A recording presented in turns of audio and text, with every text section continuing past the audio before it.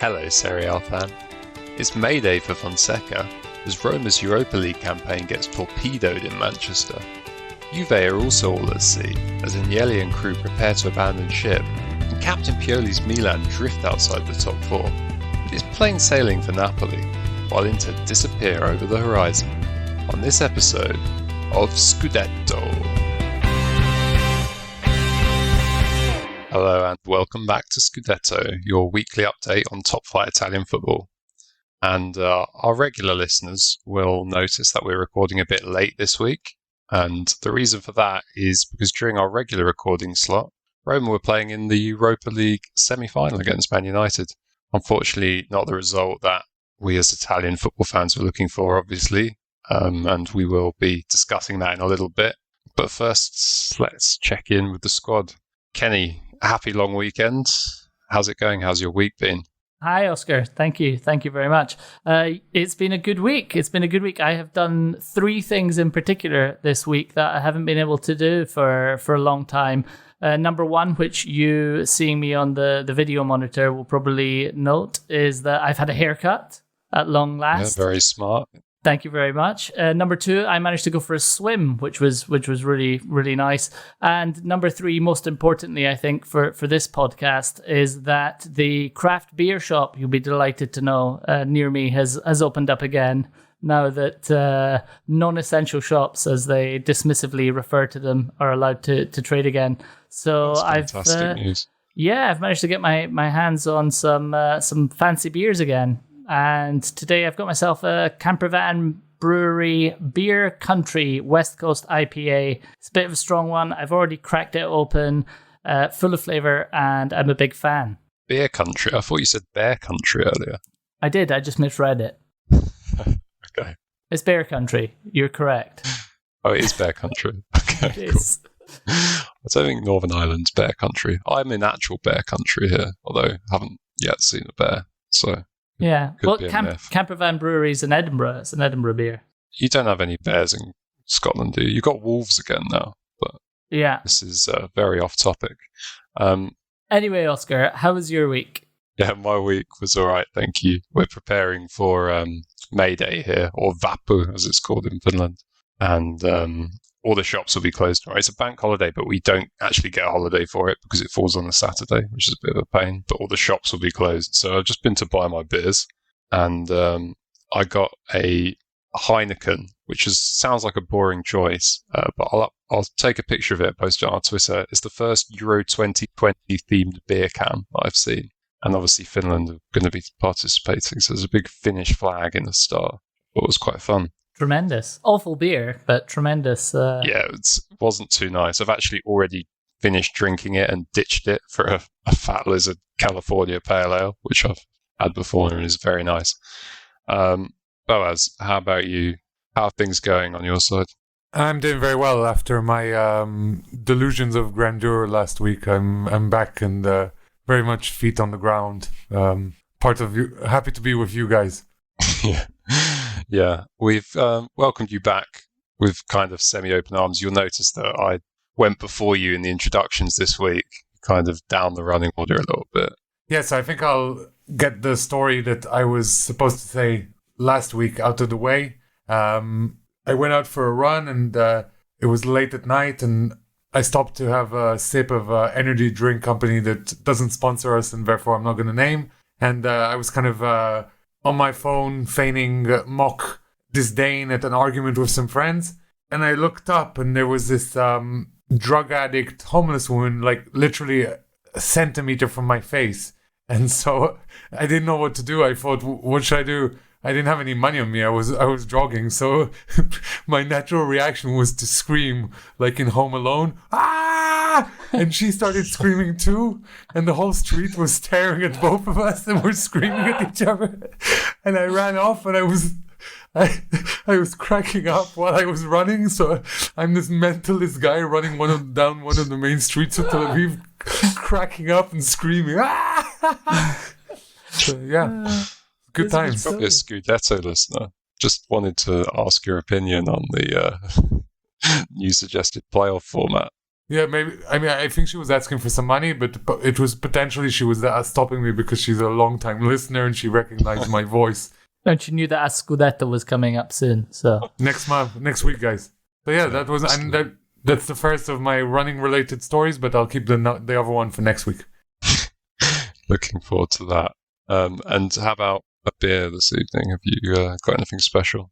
I've got a Brewdog Elvis Juice, grapefruit infused IPA. Pretty awesome. Yeah, you can tell it's getting a bit sunnier in all of our respective locations. We're all bringing out the fruity IPAs and lagers, citrusy. Good stuff. Anyway, let's talk about last night, shall we? I think we all watched the game in some capacity. And yeah, where should we start with it? I mean, it was kind of an encapsulation of Roma's season in one game, really, wasn't it? What did you make of it, Kenny? Yeah, I mean, Roma started the game very well. The first half, really well, even beyond the first half, the first sort of 50 minutes or so were perfectly good.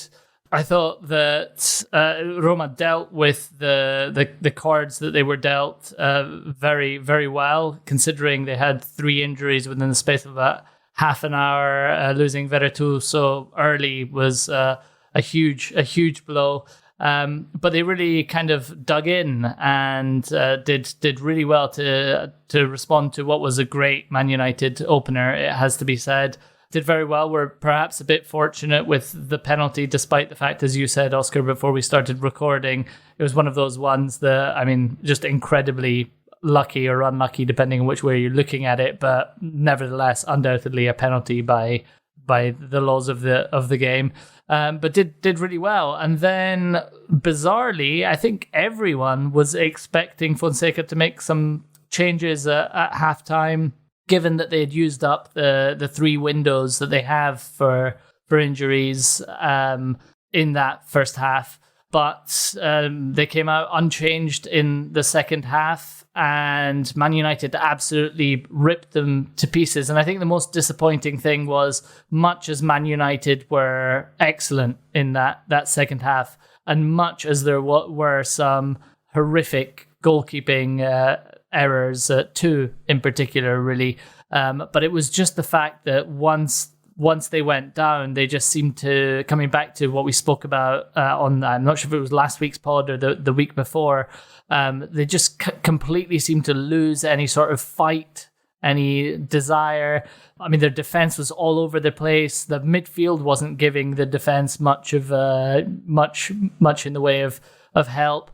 And I mean, that game, just like they were just begging for the final whistle, because it was 6-2, and despite being 2-1 to Roma at halftime, 6-2 at the end of 90 minutes absolutely did not flatter Man United, because they absolutely hammered Roma in the second half, and Roma just didn't put up any fight. They just kind of seemed to raise the white flag. And I think that's probably the most damning thing of all, really. Really, really disappointing from an Italian football fan's point of view, for the last team in Italy to go out with a whimper like that. Just really, really disappointing. I know there's another leg to come, but I mean, we all know it's over, really, don't we? Yeah, I think that's a harsh but probably very fair assessment that you've given there. What did you think, Buzz, of the impact of the goalkeeper being injured? Like, how much of the blame do you think can be, how much is it down to that, and how much can we blame Fonseca? So in the past, I've scapegoated both Roma's keepers. In fact, I've probably done it on the most recent episode. But in this case, I think the keeper swap was slightly out of Fonseca's hands because it was due to an injury. Having said that, I have to mention again that it seems a bit ridiculous that a club of Roma's stature doesn't have a reliable shot stopper in goal. And while Paul Lopez occasionally has some surprises, he's also dropped a few clangers this year. And so when I saw that Mirante came on, I'm not sure it was definitely not an upgrade on Paul Lopez, but you can't say everything was the game was lost because of this instance. But perhaps as a bigger picture, the 3 injuries that occurred were what eventually shot Roma in the foot. to touch on your second question, undoubtedly Fonseca will end up being the scapegoat for this. While that's probably a little bit unfair for him to be a scapegoat for a season that has been very up and down, in this particular game, I think he has to take his blame, because once these injuries that we've mentioned came to fruition, Roma should have changed their tactics.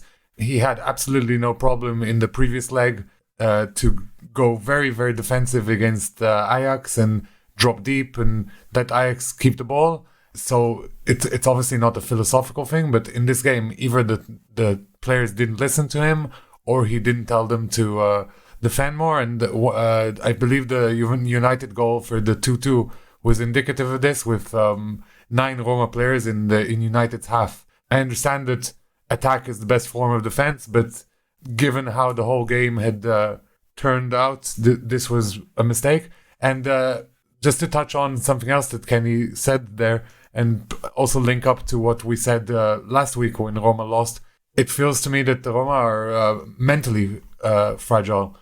I understand that the losses through injury in the game were a big blow, but the big clubs in these situations, that's make it or break it. And in this case, Roma just crumbled.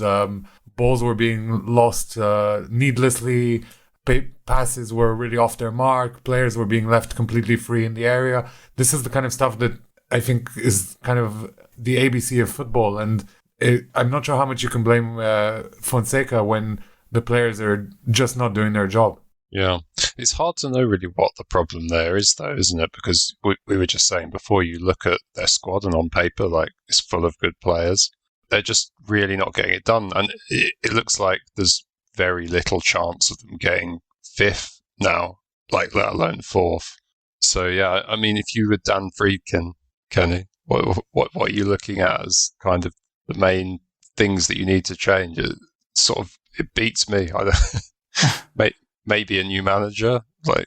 Yeah, well, I think there had been the suggestion coming into this game that no secret that Roma's last shot of the Champions League this season was the Europa League, and there had been some suggestion that if Roma failed in the Europa League, that Fonseca's job would be on the line. I think actually today, before we recorded, there were some rumours doing the round that he was actually going to be relieved of his duties today, which to me, at this point, it's kind of, what's the point in doing it? I can understand if you're like, get your team ready for next season, etc., etc. But this year we've got a Euros, it's like you're not going to learn too much from these last few games as a new manager coming in. I think what does have to be said in Fonseca's defense is that was the scenario, right? Like, the Europa League is their last chance to kind of salvage their season. Probably not the best time for all of these stories to be flying around about Sarri coming in to take over. I mean, I'm not sure where those stories were coming from, but presumably within the club, it seems like they're not without foundation. And just the timing of that just feels like, couldn't that have waited another week? I mean, the likelihood is that Roma, as Italian football fans, we all would have wanted Roma to pull out a result here, but the likelihood was that Man United were gonna win this game. I mean, couldn't you even have waited until it looked like the Europa League wasn't going to happen before those sort of stories coming out in the press? It just kind of feels to me so counterproductive. Yeah, I know. I'm not sure that they would have come from the club side, just because he was very quickly linked also to the Tottenham job, and I wonder if there's somebody on his behalf linking him to, or working on the other side that's leaking things to the press. I don't know. Maybe. Look, but this, I guess we'll only find out. Cigarettes are much cheaper in Italy. I guess we'll only find out over the summer as this plays out. Unfortunately, and I say unfortunately because I do think Fonseca is a good manager. I just think that something's gone wrong at Roma. It's not the first time that there's been a very decent manager at a club where it just hasn't worked out for him. And I think beyond that, he seems like an absolute gentleman. The way he conducts himself off the field, I think, is really, really, really good. Even in the aftermath of the press conference, I think a journalist said, "Look, I hate to ask you this, but do you think you're going to be here next season?" Pretty much. And even that question, which, many other managers, I mean, we know exactly how Jose Mourinho responded to that type of question, for example. We know how an Antonio Conte reacts to those sort of questions. But Fonseca just kind of took it in his stride and said, look, this is a really, really difficult moment. And at the moment, that's a very difficult question for me to answer. So, I mean, I do think he's a class act. He's obviously had his differences with certain players, Edin Dzeko, to kind of name the main one. But I do feel for him going, because it seems like a genuinely nice, a genuinely intelligent man and a genuinely good football manager. But for whatever reason, it hasn't worked out for him at Roma. Yeah, and he wears a great hat as well. Shouldn't be underestimated. Looks he like does, a character from Peaky Blinders. But yeah, maybe he can come to Tottenham and then Roma can have Sarri. I think that would be interesting to see Spurs roll it back to the Ardiles years, but not really content for this podcast. Okay, that's probably enough about Roma. We should talk about Juventus, though, while we're on the topic of managerial changes, because there's been a lot of rumours flying around that Allegri could be on his way back and that this could sort of signal wider managerial changes at the club. What do you make of this, Kenny? What's the sort of impetus behind bringing Allegri back? Well, it seems to be obviously Juve's disappointing season is obviously, yeah. It's the impetus behind. I mean, but Allegri particularly, I guess. Yeah, well, the way I'd see it is a recognition that a couple of years ago they decided they wanted a bit of a revolution. They wanted to freshen things up, and maybe what needed to be done was freshening up of the hierarchy at the club. Instead of freshening up of the managerial side of the club. These rumours, they're very substantial reports in the Gazzetta. I know that Allegri has been seen around Torino this week, which is no surprise because apparently he still has a house there, etc., etc. But the story goes that Allegri, if he did come back, would have much more of a sort of Alex Ferguson type role, Alex Ferguson at United type role, where he'd have much more control over transfers. And I know that there was the talk of Allegri basically saying to, I'm not sure if it was Paratici or if it was Agnelli or who it was, but basically saying to them, look, you've got to get rid of Cristiano Ronaldo Cristiano Ronaldo's not going to work for this club because he takes too much of the attention. He doesn't give... Him being there means that the younger players don't have a chance to break through. It leads to an imbalance in the squad where everyone's looking to him. So maybe this is a realization that... It's like everyone knew that, surely. Yeah, maybe this is just a realization. Saying last summer. Maybe. Yeah, perhaps. But I think it does go beyond. It does go beyond that, and the reports are that Paratici very certainly, and I'm sure we'll come on to it in a moment with the Suarez affair. But Paratici has definitely not covered himself in glory in the last year or two. Also, suggestions that Nedved might be going. Apparently, he would have been a roadblock to Allegri coming back. And even indication that Agnelli might be moving on as president, although according to the report I was reading today, it seems that might not be until the end of the season. So it really would be a complete overhaul at Juventus, which is a bit of a strange thing to say when you're saying, they're going back to the old manager. But in terms of the hierarchy of the club, just complete change. Maybe that's what they need. And obviously the Super League... I was going to say, it's not the first time that Agnelli has been resigning and then maybe not resigning. Well, that's true as well. Yeah, recent weeks. The Super League thing, I think, might have the amount of criticism that Agnelli came in for that perhaps might have accelerated that side of it. But it's a really, really interesting story. It's a huge story. And again, it's another one we'll have to wait and see how it plays out. Yeah, and while we're speaking about Juve, we should probably mention their league form. shouldn't be bad because they again dropped points, 1-1 draw with Fiorentina, and it's looking maybe my prediction that they'll finish outside the top four could be on. What do you think? Before we start talking about the other game, I just wanted to add something to what Kenny said.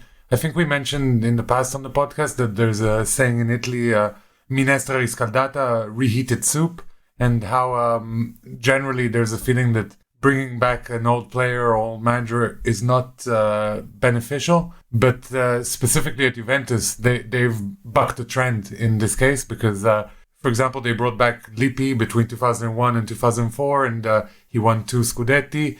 They brought back Trapattoni in between 91 and 94, and he won the UEFA Cup. And if we really want to go back, in 1974, they brought back Parola, who is best known for being the logo for the Panini sticker album. But he managed to win the league after 16 years of abstinence from Juventus. So unlike other clubs, 15 years of absence. Juve have abstinence from winning. Yeah, okay, that's a fair point. How about the actual question that I asked you? Well, as you can tell, I'm kind of trying to avoid the question, but if I must, it wasn't a great game from the Juventus perspective.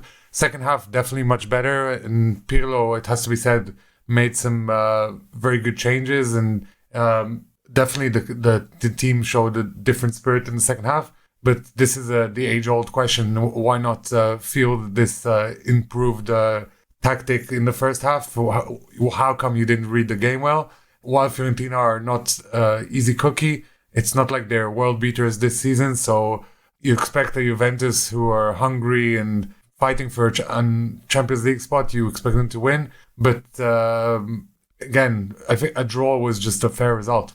Yeah, fair enough. And obviously Juventus playing Udinese this weekend, and then the big game against Milan next weekend, which I guess we'll probably discuss next week in more detail because that's really going to be kind of crunch time. But the real drama with Juve has been off the field this week, hasn't it? I mean, we've obviously spoken about the speculation about the manager, but I think there's been a development also in the Suarez case. And I know you've been on top of this for us all season, Boaz, so what's been going on there? Our correspondent. Yeah.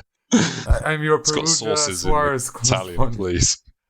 This was actually news released a few hours ago, so very fresh. But first of all, the Italian police released a video of Suarez's so-called exam to the world, and it's very comical. It's clear that the guy does not speak Italian, and furthermore, it's also clear that he has an interpreter in the room with him while he's doing the Italian exam.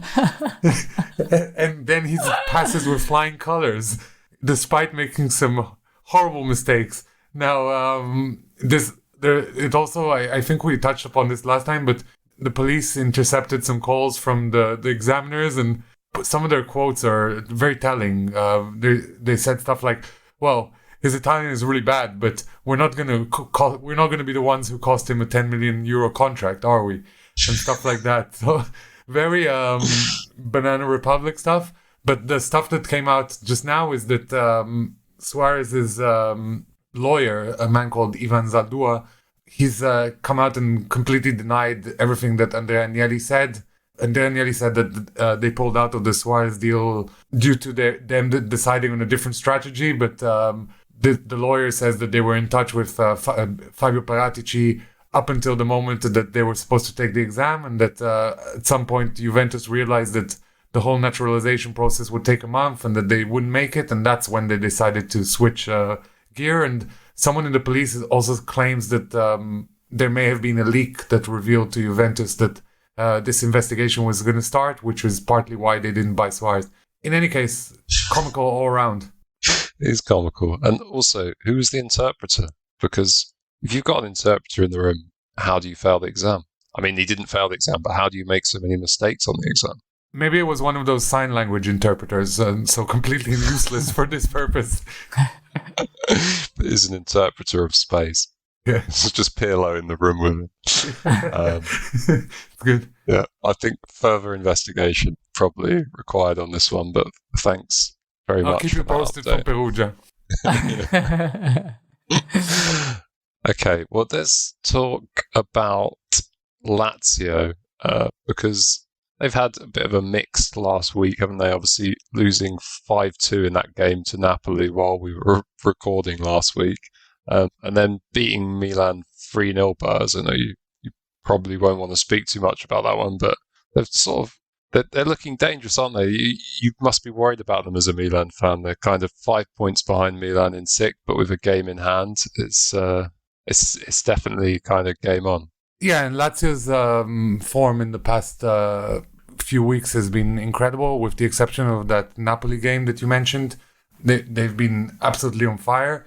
While the game they won against Milan was probably decided by individual episodes, I don't think anyone can say that their win was undeserved. And this is another one of these recurring themes that we've mentioned throughout the season, in the sense that when Lazio have all their players on the pitch and everyone fit, they play some phenomenal football, and their attacking is close to none in the league. I have to say that there was a very questionable VAR decision in this game for the second goal that probably influenced the whole game. Milan seemed to be slightly on the ascendancy, and it's impossible to know what would have happened, but this goal cut their legs, so to speak. But just to give some reference, the Lazio broke from... It's the Wilson paradox style. Okay, so it's funny you mention that. In the Napoli Lazio game that we didn't speak about, that we briefly touched upon last week because it was going on while we were recording, there was the most incredible episode I've seen in a long time, in the sense that there was a corner for Napoli. The ball kind of breaks loose and Lazio players run all the way to the other side of the pitch, and they're in the area, and Lazio gets brought down. Now, I'm not sure, it was kind of soft. I'm not sure it was a penalty, but the ref goes to VAR and he points to the spot. Only he points to the spot for Napoli. It turns out that right at the beginning of that move, SMS, Sergej Milinkovic-Savic, kicked Manolas in the head, and therefore this whole sequence of events that we saw with our eyes never occurred. It just disappeared from the history of the game. So that was one interesting VAR use, but in this case, I think it was the right use of VAR. But in the Milan game, there was a blatant foul on Hakan Calhanoglu, where Lucas Leiva, formerly of Liverpool, went right through him to get the ball, and then Lazio break through and got what was a very good goal. The person in the VAR called up the ref to say, look, there was a foul in the build-up. And this kind of pissed me off because the ref walked to the screen with a little bit of arrogance, and despite seeing the episode over and over, decided to validate the goal. To me, this again... What do you mean with arrogance? He walked with arrogance, like he sort of strutted over there, or... Yeah, you could tell that he wasn't going to change his decision. He'd already disallowed the goal for Lazio at the end of the first half for a marginal offside that, again, VAR called back. So I think in his mind, he was like, I'm not going to cancel 2 goals for Lazio in the same game. And again, I think this is the problem. The VAR is used differently by different referees. This referee in particular, he's the Italian referee who will go to the Euros. And clearly, a lot of ego comes with that. Yeah, and it was absolutely, from the point of view of someone who is not a Milan fan, it was absolutely a free kick. And to be honest, the offside decision was absolutely correct as well. I mean, it was marginal. It was like by a toe that he was offside, but he was offside.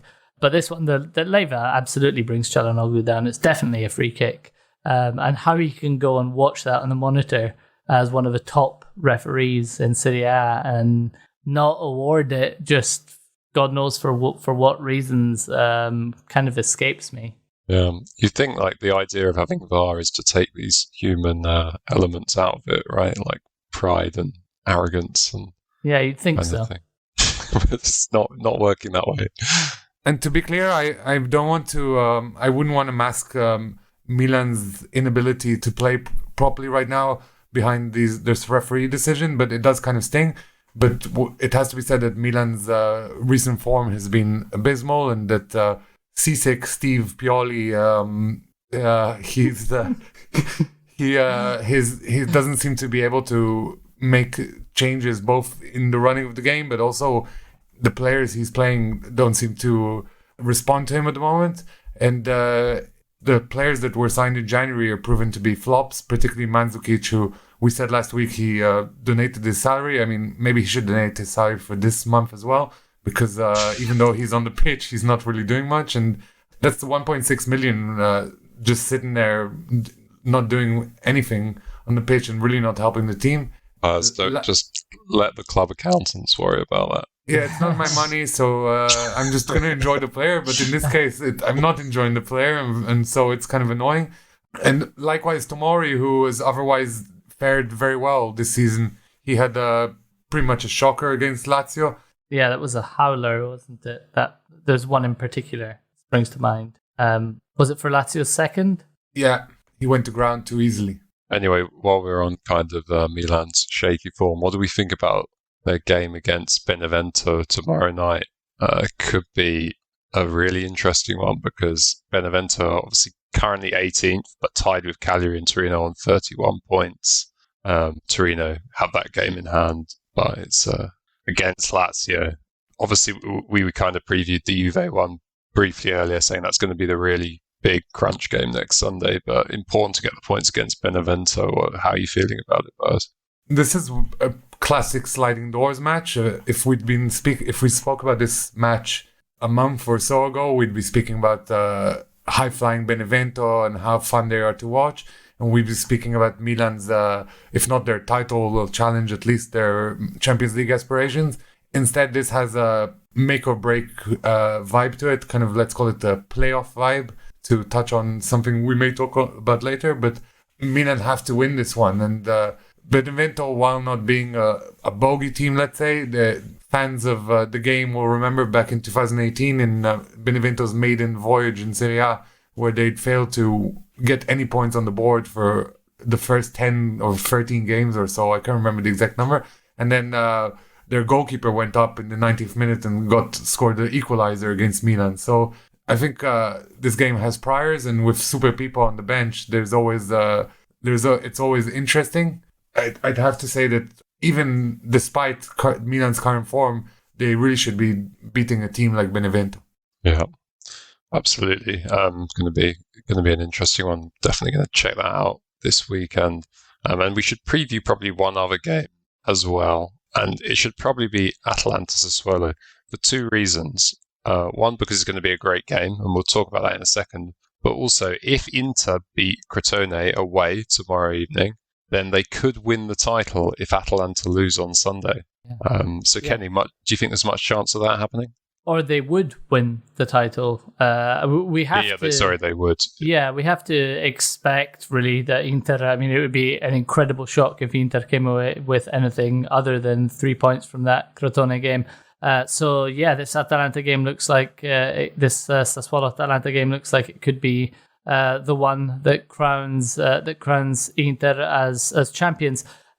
A couple of things to say about this, actually. In Atalanta and Sassuolo are arguably the two informed teams in Serie A. Sassuolo have now won 4 games on the trot. Atalanta, last time I looked, only Inter had more points than them in this calendar year in Serie A, but Inter have, I think, since drawn 2 points. So I think Atalanta might have more points than any other side. That's something that perhaps I should have checked before we started recording. But it wouldn't be on Atalanta to drop points in this game. The one thing I guess going for them is that De Zerbi has this absolute shocker of a record against Atalanta. So it's definitely they're two of the fun teams in Serie A, aren't they? They're two of the teams. They're the hipster teams, as I think we referred to this last time round, the Hipster Derby. So it's definitely for me the pick of the weekend's games. Yeah, and while we're on Atalanta, we should mention that the Coppa Italia final is going to be played in front of 4,300 fans at Sassuolo Stadium. Yes, Sassuolo Stadium. I was mocked by Boaz for my pronunciation of this last time. I think I called it the Mapai. Doesn't sound like me to mock you. How are you saying it before? The Mappy? Or the... I think the company is called Mapei. Mapai. The Mapai Stadium. So, yeah, looking forward to that one.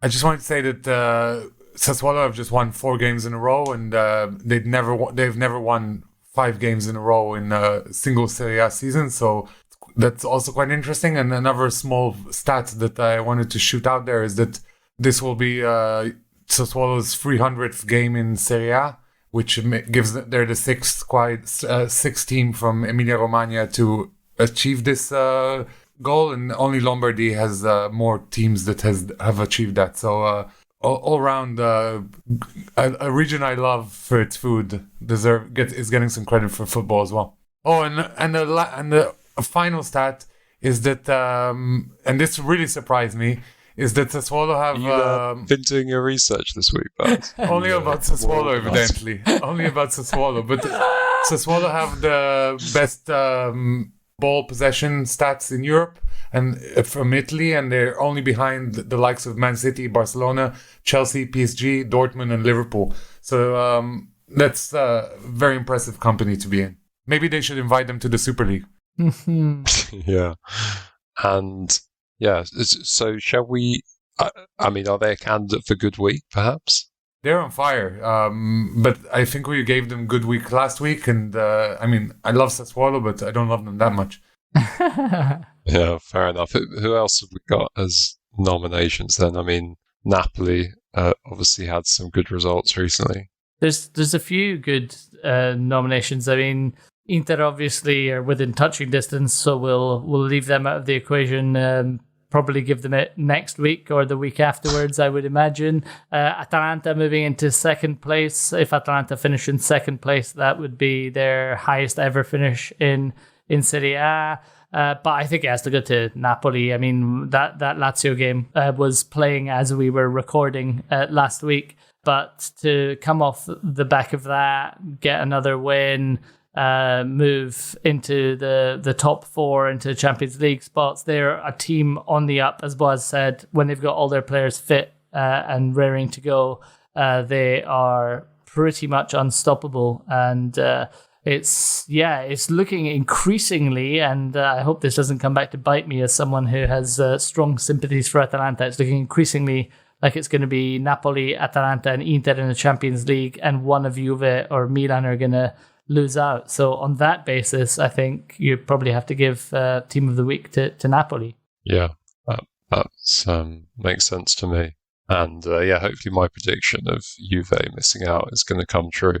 But on the bad week front, I think there can be no argument about giving this to Roma. I mean, None 2 from losses. Me. Absolutely no argument for me. You have to be in the semi-final to lose it, but maybe 6-2 is almost dishonourable territory. Yeah. I mean, we're not giving them like bad year or bad tournament, but bad week. They got knocked out of the tournament that was their last chance to really qualify. They were incredible for 37 minutes. And then they let in 5 goals in the space of about 40 minutes. Less than that. Yeah. Okay, well, that's sorted then. Good week, Napoli. Bad week, Roma. Not to mention losing to Cagliari. Yeah. Just before we move on to the honourables and dishonourables, we should just mention this new format of Serie A playoffs, which has been suggested this week. I don't know, who exactly is behind the initiative, Kenny? I didn't quite get that. So I think this came out of the response to the Super League, basically, and it was recognition that things need to change. But this seems to be the line that everyone's taking. Oh yeah, things need to change. Things need to change. We need to make something that appears more like the NFL or a Super League or something. And it seems to me like they're looking for the answer in the wrong place. Or in this case, the NBA. Yeah, or in this case, the NBA. To me, it's very obvious that one of the big flaws of the Super League and one of the big flaws of any suggestion that there would be a playoff to determine the champions of Serie A is that the reason that things like I'm going to speak about the NFL more than the NBA because I'm more familiar with it. The reason that works is because there are small groups. There are multiple small groups. So you have lots of champions entering in, much in the same way as, say, the Champions League is formatted. But the idea that you have this league of 20 teams where the top 6 or 7 qualify for a playoffs at the end of a season, and Juve, let's say, if we were talking 2 years ago, or Inter, if we're talking this year, can be 16 points ahead, and then all of a sudden a team that's like 25 points behind them in 6th place can come through and claim that they're the rightful champions. There's a lot wrong with that. But also the fact that then what you're saying, like once Inter are 16 points clear with 5 games left to play, that everyone's still going to tune into Inter games or Real Madrid games in a Super League because they're Real Madrid or Inter. If the games don't have anything weighing on them, no one's going to be interested anyway. The answer is that there are too few top teams. And the only way for there to be fewer top teams is if you create some sort of a setup for there to be like for teams below them to be rewarded and brought up to that level. So to me, it's all to do with the distribution that's going to too few. I'm not talking about my St. Mirren getting the riches, but you know, there are plenty of big clubs. The Napoli, looking in Italy, your Napolis, your Romas. If they had a bit more of the prize money came their way, you might be able to have this, you know, Super League within the Champions League without needing to break away. So yeah, all of this talk, just to me, it's just complete nonsense. The idea that you need playoffs in Serie A. If there's a problem in Serie A, it's the fact that the top teams get too much money. And again, I'm not talking about your Beneventos not getting enough of the money. I'm talking about teams that finish high up the table not getting enough of the prize money. Personally, it's just my personal view. Yeah, can't disagree with any of that. Just while we're on the topic of, you know, when playoffs are used in the Italian football structure, and it makes sense, like for the promotion from Serie B, the top 2 teams qualify automatically, and then the third spot is just decided by kind of knockout games. Adds a bit of excitement. We have the same thing in England as well. But yeah, deciding the champion on a knockout-based tournament after a season-long campaign just doesn't feel right at all, does it? Anyway, enough about that. Let's move on to the honourable and dishonourable mentions. And I'll let you kick this one off, Kenny, with an honourable for Muriel, I think. Yes, for Luis Muriel of Atalanta. So this is for multiple reasons. I think if I could give him more than one honourable in one pod, I would. So first of all, for his man of the match performance against Bologna, that back heel assist for Atalanta's first goal is absolutely delightful. And as you said earlier, Oscar, the more you see it, the better it gets. He also hit the post, narrowly missed another, scored a penalty. But the other reasons that I'm giving him an honourable are because this week he was awarded Serie A's Player of the Month for April, and also this next one is courtesy of Opta Paolo or Optastat. Is that with 19 goals and 8 assists, those are both equaling his personal records this season. We've still got a few games left to go, let's not forget. And that only Lukaku and Cristiano Ronaldo are involved in more goals in Serie A, 28 and 30. And further to that, he is averaging a goal every 66 minutes, which appears to be amongst the leading scorers anyway, amongst the top 20 scorers in Serie A. The only person who comes close to that rate is Zlatan, who has a goal every 89 minutes. So yeah, Luis Muriel, absolutely deserved honourable mention. Thanks very much for that one, Kenny. And now, Baz, we've got a slightly more somber one. Obviously, you did give a dishonourable to Thieves last week in a slightly jokey way, but this is actually a serious dishonourable for people who said death threats after the news about Pirlo's son, isn't it? Yeah, it goes without saying that death threats are a big no-no, and it's something that we need to add to our general Scudetto list of crimes we do not agree with. But to be serious for a second, this is a reaction to the news that came out this week that Pirlo's son was receiving death threats and all sorts of nasty messages via Instagram and other social media channels. And actually, he was the one who published this himself. So I feel like it goes without saying, however you feel about the coach, however you feel about the team not performing to the standards you expect, it's a real vile action to go after someone's son and in general to send death threats. So big dishonourable from the Scudetto crew. Absolutely. And an honourable, actually, Kenny, for Italian clubs that are taking a stand against this sort of thing. Yeah, so this is actually, it's actually Fiduci, the quote that I noticed, but I have noted the Italian Twitter has been very, very silent this afternoon. And it's one that actually goes out to, across European football, really. The people are taking a vow of silence today, anyway, from I think it was 3 p.m. onwards, in response to online abuse, which I guess ties in very, very closely with the point that Boaz just made. But it's really good to see Italian football involved in this. It's really good to see all of European football standing up. And while there are obviously many contentious issues, there are many areas where we have the bigger clubs and the smaller clubs falling out, as we've had recently, or we have disagreements over decisions. When it comes to things like this, it's really great to see that the football community as a whole, including that in Italy, can come out and just say this is not acceptable, and that the social media companies need to do something about this. Enough is enough, and it's time for them to stop washing their hands of it and claiming that they play no part in it, because without these high-profile clubs, without these high-profile federations, without these high-profile players on these platforms, they would certainly have a lot less traction. So good on everyone, really, for getting involved in this really good initiative. Yeah, well said. And just sticking with you for a second, Kenny, maybe you can just give us your weekly goals honourable now. Who's made the cut? Sure. So last week I had a theme which was half volleys. This week my theme is absolute hits from outside the box. And I'm going to give one to Bakayoko for Napoli's opener in their win against Torino. Partly just because it was Bakayoko who did it, and I think everyone in world football was surprised to see him do this. But he set himself up with so much grace and then absolutely hammered the ball across the keeper into the far corner. And then another one for Marin as well, for Cagliari's second against Roma, which was in a similar vein, really, although he had all the time in the world to hit it because he was playing against a Roma defence. But on top of those themed goals honourables, I'm also going to have to give one to Vlahovic for his Panenka penalty against Juve. They look very embarrassing when they don't come off, but when they work, they just look so cool.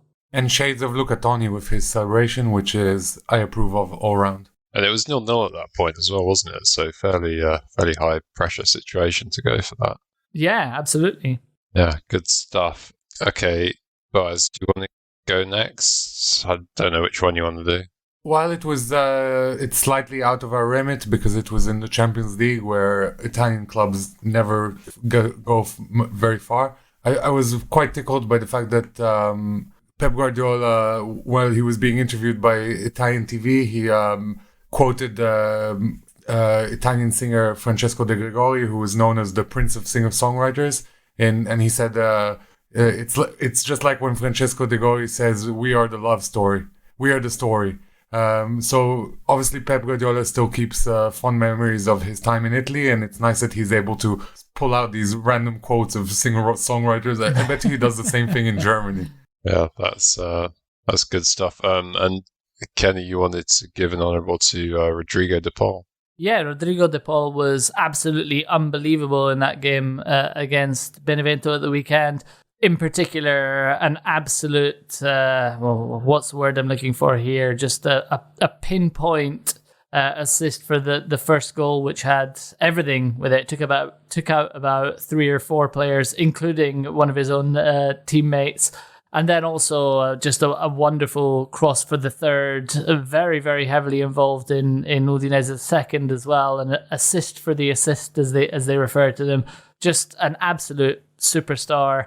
it'll be interesting to see where he is next year. I know that there have been plenty of fans of the bigger clubs clamoring for him to be picked up by them, Inter being one of them.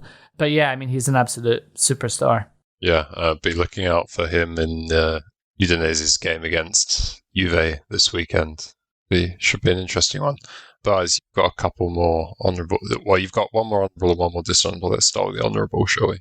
I've got a shared honourable between Davide Nicola and a young boy who supports Turin, who's just called Luca. Apparently, Luca sent in his homework essay that he'd handed in for class, and it was all about how when Torino score and the speaker shouts the player's name and everyone goes home happy. And apparently Davide Nicola used this essay to get his team fired up for the upcoming game. So another nice gesture from Nicola, who's generally impressed us this season. And just your last dishonourable is related to Monza, who are currently sitting at, I think it's 4th in the second division, which means they would automatically go to the semi-finals of the playoff, the Serie A, should the season finish with them in this position. So Monza had aspirations for automatic qualification, I believe, at the beginning of the season. But being in 4th spot obviously puts them still in pole position to at least challenge for qualification. The issue is that 8 players, including Kevin Prince Boateng, all traveled to Switzerland on the weekend, and they went to a casino. And obviously, all the photos were up on social media. First of all, the club has suspended the players. They're not called up for the match that's happening this weekend, which is a direct match against one of their rivals, Salernitana. And also, furthermore, because of COVID restrictions, these players may not be able to train with the rest of the team for the rest of the week. So dumb all around. But while I'm at it, I want to give a sub-dishonourable to some elements of the media who were very quick to add Balotelli to their headlines. 8 players from Monza go to the casino. Balotelli not one of them. So why are you including his name? Well, they love to get him involved, don't they? But yeah, honourable for Balotelli then. Honourable for not breaking the rules, going to a casino. Bravo, Mario. Yeah. That is a good note to end the podcast on. Well done, Mario. That's all we've got time for this Or maybe week. they just didn't invite him. Can you imagine? We're starting like a diplomatic incident in the Monza changing room. Like Mario Balotelli was just like, "Where's my invite?" Yeah. He probably have set off fireworks in the casino or something. Maybe he's in disguise. It's better than going to a casino with Jamie Vardy. Yeah, probably the less said about that, the better, to be honest. So that's definitely all we've got time for this week. If you don't already, please do subscribe to our podcast on Apple Podcasts or Spotify or wherever you get your audio. We'll speak to you next week. Until then, enjoy the football. Che sta decretando lo scudetto del Milan in questo preciso istante. La Juventus è campione d'Italia. Questa data, il 6 maggio. Anticipo, la Roma è campione d'Italia per la stagione 2000.